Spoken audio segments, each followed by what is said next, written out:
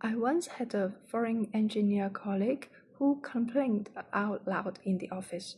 Approve samples, I'm not a sample approval machine. And what happened was actually quite simple. A supplier had sent a revised sample, and the sample had arrived 2 or 3 days earlier, but there was still no approval feedback. So the supplier sent out an email asking for any update. From the supplier's perspective, this made perfect sense. They had fixed what was requested, and the sample was delivered. Without approval, they couldn't confirm the design, they couldn't order raw materials, and couldn't schedule production. In their logic, speed equals professionalism. But for the engineer, the logic was completely different. Approving samples is part of her job, but it's not just ticking the box.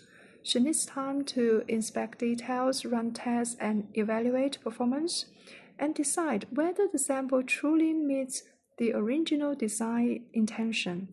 And sometimes she even also needs to think about whether materials or processes should be improved. And that takes time. So for her, approving too quickly would actually be irresponsible. And whether she approves or rejects a sample, she is accountable for that judgment and for the future product.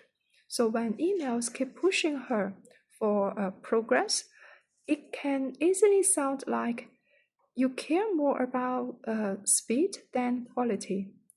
This is a very common cross-cultural misunderstanding.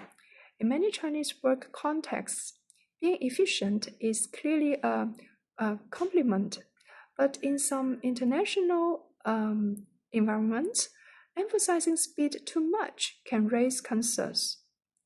It can raise concerns because in their professional mindset, doing it fast does not automatically mean doing it well. Quality often lies in a careful process and well-supported decision. So when Chinese colleagues or suppliers push for quick approval, the discomfort on the other side is not necessarily about attitude. It's about different interpretation of what a good job means. If you ever feel like